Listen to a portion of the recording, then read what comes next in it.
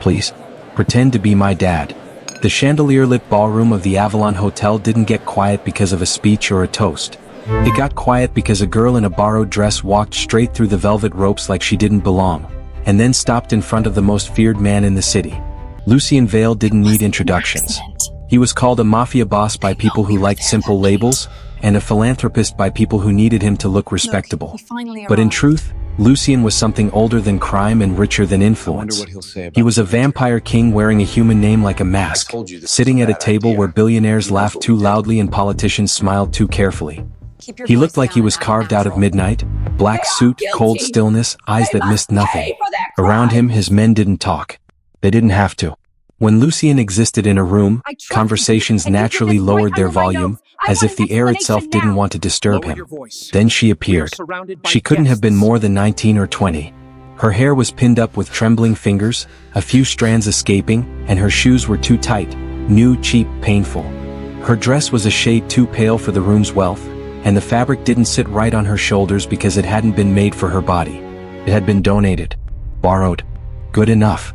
The girl's eyes locked onto Lucien as if he were the only solid object in a building full of glass. She didn't ask permission.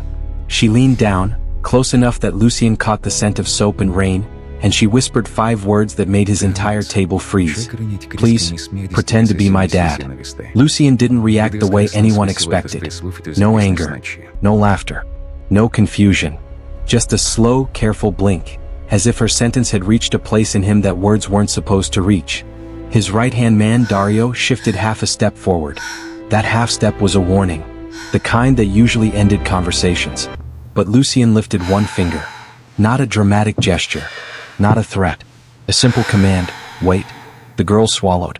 Her hands were clenched so tightly that her knuckles had turned white. She kept her smile in place like it was stapled to her face, because someone was watching. Lucien saw it immediately. Across the room, a man in a tailored suit moved through guests with the casual confidence of a predator who had learned to imitate politeness. He wasn't searching the way a worried father searched. He wasn't scanning for safety. He was measuring exits, distances, weak points. He was watching her. Lucien's gaze returned to the girl's face. Under the makeup he saw exhaustion, fear, and something else, stubbornness. The kind that survived because it had to. What's your name?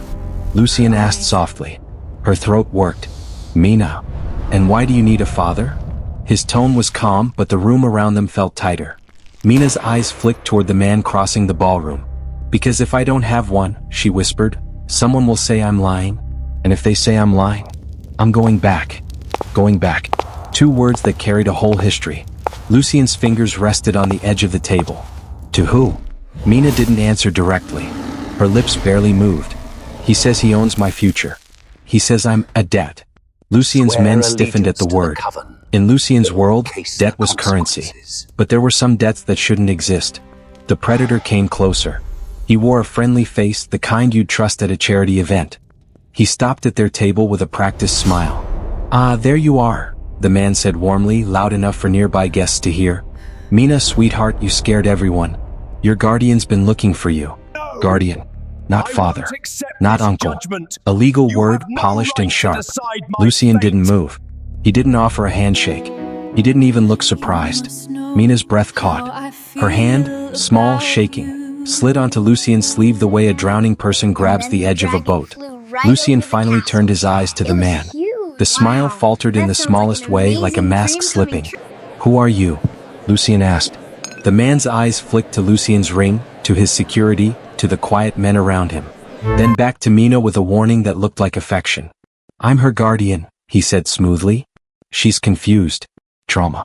She makes stories when she's stressed. I apologize for the disturbance. Mina didn't speak. She didn't correct him. She didn't blink.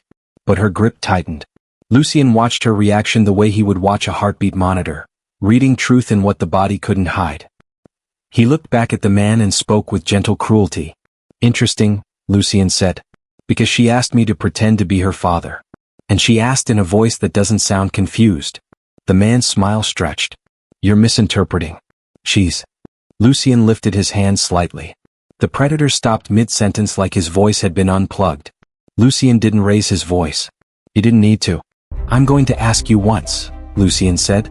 If you lie, you will regret it for the rest of your life. Why are you following her? The man's jaw flexed. He tried to laugh. Sir, this is ridiculous. She belongs with... Lucien's eyes sharpened. Belongs? That single word fell like a blade. Mina flinched as if she'd been struck, and Lucien's patience ran out, not in rage but in decision. He stood. When Lucien Vale stood, the room shifted. Not because he was tall, though he was, but because power rose with him like a shadow. He placed one hand gently on Mina's shoulder. It wasn't ownership. It was shelter. Then he looked at the predator and said very calmly, "This is my daughter." Every head within earshot turned. Mina's eyes widened at the word daughter, and for a second she looked as stunned as everyone else. But then she understood what Lucien was doing. He wasn't just pretending. He was building a wall so thick the world would have to stop. The predator recovered fast. "Sir, I assure you she's not." Lucien's gaze didn't change, but his voice dipped into something ancient. "You will step away from my daughter." The predator's confidence cracked, not because of the words, but because of the force behind them. Something primal that his instincts recognized even if his mind didn't. He tried again, lower now, closer to Mina. "Mina, don't make this worse. Come with me and we'll fix it quietly." Mina's lips parted. For the first time her voice had steel. "No," she said. It was one syllable. But it landed like a door finally locked. The predator's eyes flashed with anger. "You don't understand what you're doing." Lucien smiled slightly. It wasn't warm. It was final. "Oh," he said, "I understand perfectly." He didn't signal with drama. Two of his men appeared as if they'd always been there. The predator took a step back. "You can't. This is a legal matter." Lucien leaned in just enough for the predator to hear the truth under the mask. "You don't want a legal matter," Lucien murmured. "You want a powerless girl. And tonight, you chose the wrong room." The predator's throat bobbed. He tried to retreat into the crowd. But Lucien's men moved with quiet precision, blocking his path without touching him, yet. Mina's breath came in small, shaky pulls. She stared at Lucien like she couldn't believe he'd done it. Like she couldn't believe someone powerful had spoken on her behalf. Lucien turned to her, voice low. "Who sent you to this hotel?" he asked. Mina swallowed hard. "He did," he said. "I had to smile." He said rich people like pretending they're kind. Lucien's eyes darkened. "And why did you come to me?" Mina looked down at her hands. Then she lifted her gaze, and the truth in her eyes hit Lucien harder than any weapon ever could. "Because you looked like a man nobody dares to touch," she whispered. "And I'm tired of being touched by people who think they can." For the first time in a century, Lucien Vale felt something like heat in his chest. Not hunger. Not anger. Something older. Protectiveness. He nodded once as if accepting an oath. "Then you chose correctly," he said. Mina's shoulders sagged with a relief so heavy it looked like pain. But before the moment could settle, Lucien's gaze flicked toward the ballroom entrance, because he heard something no one else heard. A heartbeat that didn't match the room. A rhythm that carried a signature. His expression tightened. Dario noticed immediately. "What is it?" Dario murmured. Lucien's voice was almost inaudible. "Someone else is here." And then Mina whispered something that made Lucien go very still. Not in English. In a language older than cities. A single line, spoken as if it had been waiting inside her for years.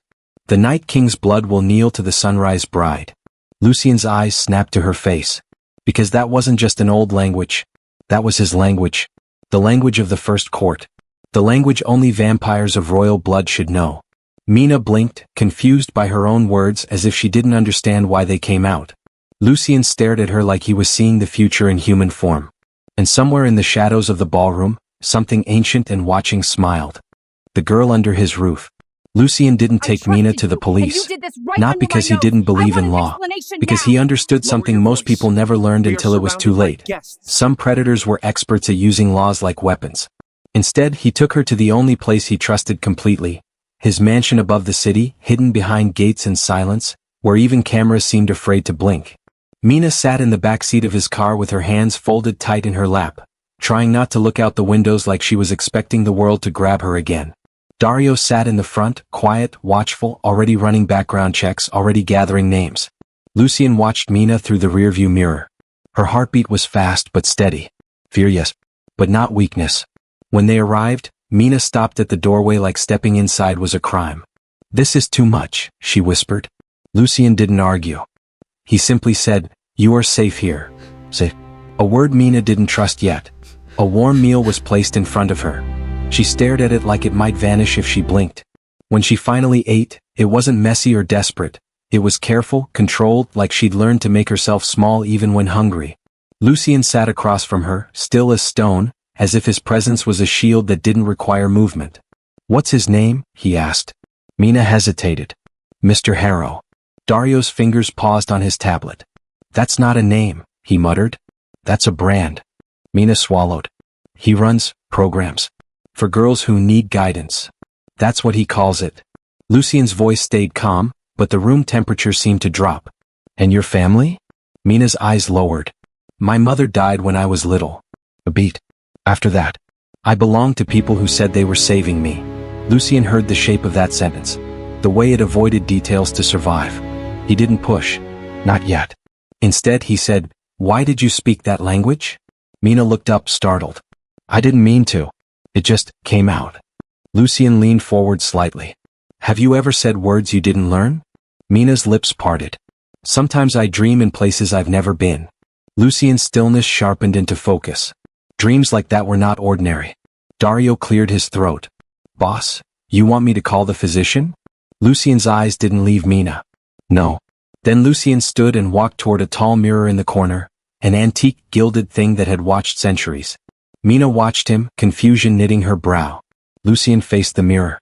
And there was no reflection. Mina's breath caught. Her fingers curled around the edge of the chair. Lucien turned back to her. No drama. No apology. Just truth. "I am not human," he said quietly. Mina stared at him. Her face went pale. But she didn't scream. She didn't run.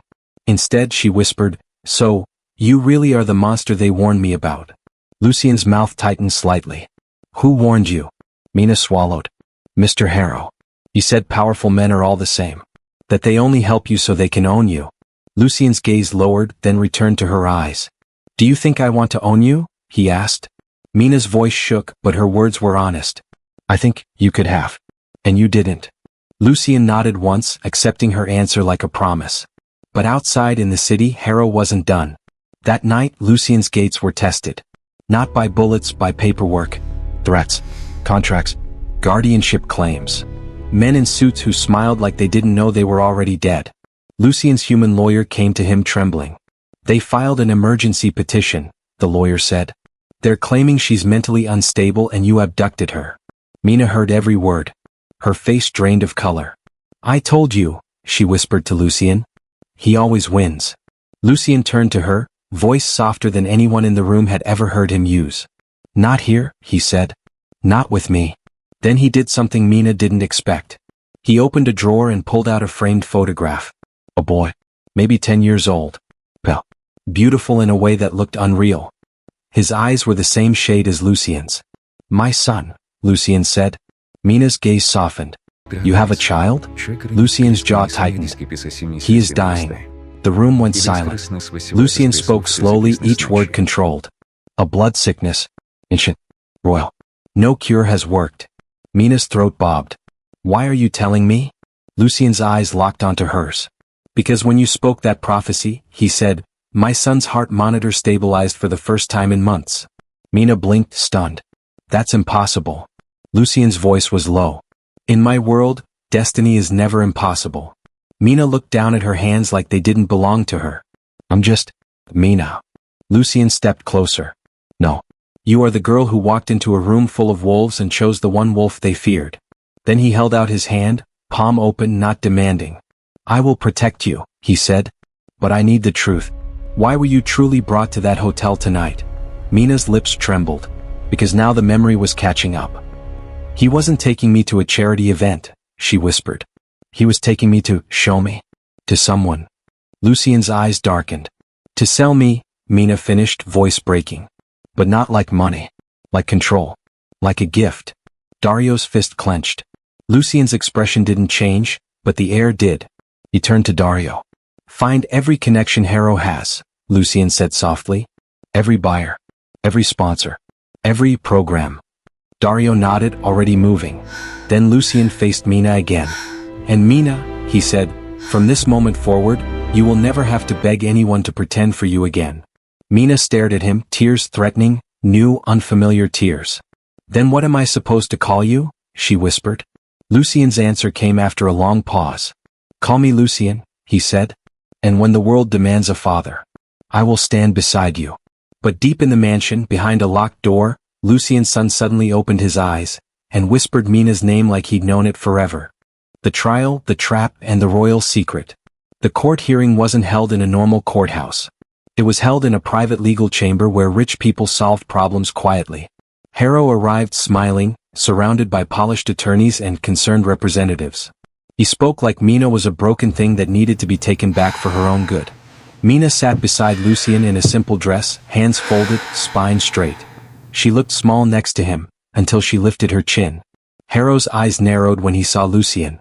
There was a flicker there, fear hidden under arrogance. Because Harrow knew something about Lucien. He just didn't know how much Mina knew yet. The judge began with formalities and Harrow's lawyer launched into the script.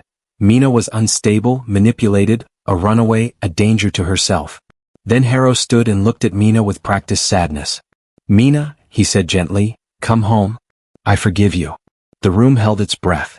Mina's fingers tightened in her lap. Lucien didn't speak. He didn't rescue her with words. He let her choose her voice. Mina rose. Her legs shook but she stood. She looked at Harrow and spoke clearly. You don't forgive me, she said. Because you never cared about me. You cared about owning me. Gasps stirred. Harrow's expression tightened. Mina, you're confused. Mina's voice steadied. No. I'm awake. Then Lucien stood. He placed a folder on the judge's desk. Inside were documents Dario had gathered overnight. False charities, forged guardianship papers, financial trails. No accusations screamed. No insults thrown. Just truth, clean and undeniable. Harrow's smile began to die. But he was not finished. He leaned closer to Mina, voice dropping so only she could hear. You really think a monster like him helps you for free? Harrow hissed. Ask him what he feeds on. Mina's breath caught. Because part of her still feared Harrow's poison was right. Lucien heard the whisper anyway. He stepped forward and for the first time, his voice carried something that made the entire room feel cold. I do not feed on the innocent, Lucien said. But you, Harrow, feed on fear. The judge, shaken by the evidence, ordered an investigation. Harrow tried to retreat behind lawyers. But then Mina did something that turned the room inside out. She spoke again in that ancient tongue. Not by accident this time. By choice. The judge blinked, confused. Harrow's face went pale. Lucien's eyes sharpened. Because Harrow understood it. That meant Harrow wasn't just a human predator. He was connected to Lucien's hidden world. Harrow backed away, voice cracking. She shouldn't know that. Lucien's gaze became lethal. So you do know. The chamber erupted, until Lucien lifted his hand slightly, and silence returned like a command. Mina turned toward Lucien, voice shaking. What is he? Lucien didn't lie. He is a servant of a rival court, Lucien said softly. A human broker for vampire politics. They trade in influence. In control. Mina's stomach twisted. So I was bait. Lucien's jaw tightened. You were chosen. The words felt different. Not owned. Not used. Chosen. Because destiny did not choose with permission, it chose with consequence. That night, Harrow vanished before authorities could detain him. And Lucien's mansion was attacked, not with guns but with shadows. Creatures that weren't fully vampire and weren't fully human slipped through the grounds like smoke. Mina woke to the sound of glass breaking. Her eyes. She stumbled into the hallway, and saw Lucien standing at the top of the stairs, eyes glowing faintly, his calm finally cracked into something fierce. Mina, he said sharply. Stay behind me. But Mina didn't freeze. She saw one of the shadow creatures moving toward Lucien's son's room. And something inside her lit up, something ancient and angry. She ran. Not away. Toward danger. Because Mina had been powerless her whole life, and she was done being a victim. She reached the door first, slammed it shut, and whispered the old words without knowing how she knew them. By royal blood and sunrise oath, no darkness crosses this threshold. A shockwave pulsed. The shadow creature slammed into an invisible barrier and screamed, not like a monster but like something burning away. Lucien turned, stunned. He didn't look at Mina like she was fragile anymore. He looked at her like she was a queen in disguise. After the attack, Lucien found Mina in the hallway, breathing hard, hands shaking. You saved my son, he said quietly. Mina's eyes filled. I didn't think. I just couldn't let anyone take someone innocent again. Lucien stepped closer. And for the first time he let his control slip enough to show emotion. You have a gift, he said. And a claim. Mina whispered, a claim on what? Lucien's voice dropped to a vow. On the throne they tried to steal from me, he said. And on the life they tried to use you for. Mina's breath trembled. Lucien, she whispered. Was any of this real? Or was I just convenient? Lucien's eyes held hers, steady and brutal in honesty. It became real the moment you chose bravery, he said. And it became irreversible the moment I chose you back. The Queen's choice and instant karma. Harrow returned with allies. Not police. Not lawyers. Vampires. A rival court that had hidden inhuman power structures for decades, feeding off legal control while never revealing their fangs. They summoned Lucien to an ancient meeting, an underground cathedral carved into stone, where vampire royalty judged disputes like gods pretending they weren't afraid. Mina went with him. Not because she had to. Because she refused to be left behind like baggage ever again. The court mocked her when she entered. A human, one elder sneered. A pet. Mina's stomach tightened, old humiliation rising like a ghost. Then Lucien stepped forward. His voice didn't shout. It didn't beg. This is Mina Vale, he said. And if you disrespect her, you disrespect me. The court fell silent. Because vampire kings didn't attach their names to something meaningless. Harrow stepped out of the shadows, smiling like he'd been waiting for this stage. You protected her, Harrow said to Lucien. So predictable. The great Lucien Vale, softened by a fragile girl. Mina's hands trembled. But she didn't hide. Harrow circled like he owned the room. She belongs to the sunrise prophecy, he announced. She belongs to the court. Hand her over. Lucien's eyes went cold. She belongs to herself. The elders murmured, uneasy. Harrow's smile sharpened. Then let her prove it. Let her speak the royal tongue. Let her awaken the relic. A pedestal rose from the floor, an ancient crown-like relic, forged in a time when vampires were still worshipped. The air felt heavy with expectation. Mina looked at Lucien. What happens if I touch it? Lucien's answer was honest enough to scare her. It will judge you, he said. And the court will obey the judgment. Mina's throat tightened. Because her whole life she'd been judged by people who never deserved the power to judge her. But then she thought of Harrow. Of every time someone told her she was nothing. And she realized something. This wasn't about being chosen by Lucien. This was about choosing herself. Mina stepped forward. Harrow whispered, smug, go on. Let it expose you. Mina reached out and placed her hand on the relic. The room froze. For a heartbeat, nothing happened. Then light bloomed, not harsh, not blinding, but warm like sunrise. The relic flared with golden fire. And a voice, not human, not vampire, echoed through the cathedral. The sunrise bride stands. The night king kneels. Every elder dropped to one knee without choosing to. Even Harrow staggered, shocked, his body betraying him, forced down by ancient law. Lucien didn't kneel. Not because he resisted. Because the relic wasn't ordering him to kneel. It was acknowledging him as the king it had always known. Mina's eyes widened. She hadn't expected power. She had expected pain. But the relic didn't punish her. It welcomed her. Harrow's face twisted with fury. No, she's human. She's... Mina turned to him, voice steady, the royal language sitting on her tongue like it had always belonged there. You lied, she said. You stole lives with contracts and fear. Harrow spat. You think this makes you safe? Mina's gaze didn't waver. No, she said. This makes me free. Then Lucien stepped forward. He didn't kill Harrow in front of the court. He didn't turn the story into gore. He did something worse, something more satisfying. He exposed him. Dario entered with evidence. Recordings, financial trails, testimonies from survivors, proof of manipulation, proof of programs built on coercion and threats. The elders' faces shifted from arrogance to disgust. You used our world for petty cruelty, one elder hissed. Harrow tried to bargain. He tried to threaten. But the court had one rule even monsters pretended to respect. Never make royalty look foolish. And Harrow had. His punishment wasn't dramatic. It was complete. His title stripped. His protection removed. His network dismantled. Every human sponsor and partner exposed to the authorities. Instant karma, delivered not with violence but with total collapse. Afterward, Mina stood on the cathedral steps, the cold night air hitting her lungs like freedom. Lucien approached her slowly as if he was afraid she might vanish like a dream. "You could take the throne," he said softly. "The court would obey you." Mina looked out at the city lights. "And if I do," she whispered, "do I become like them?" Lucien's voice was quiet. "Only if you forget what it felt like to be powerless." Mina turned to him. Her eyes were wet, but her spine was straight. "I don't want power to hurt people," she said. "I want power to stop hurt." Lucien's gaze softened just slightly. "Then you are exactly what this world needs," he said. Mina's hands trembled as she reached up and touched his cheek, careful, like she was learning what gentle could mean. "You pretended to be my dad," she whispered. "And you saved my life." Lucien's voice broke into something human for half a second. "You saved mine too," he admitted. Because for a vampire king, love wasn't flowers and speeches.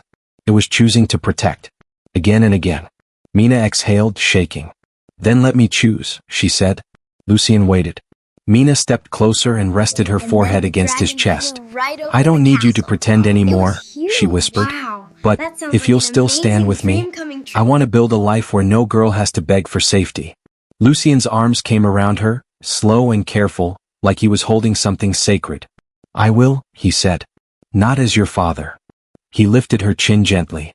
"As your king," he murmured. "If you choose to be my queen." Mina's answer was quiet, but it carried the force of sunrise. "I choose," she said. And somewhere deep inside the mansion, Lucien's son, now breathing easier, color returning to his face, smiled for the first time in months. Because Mina didn't just change Lucien's world. She healed it.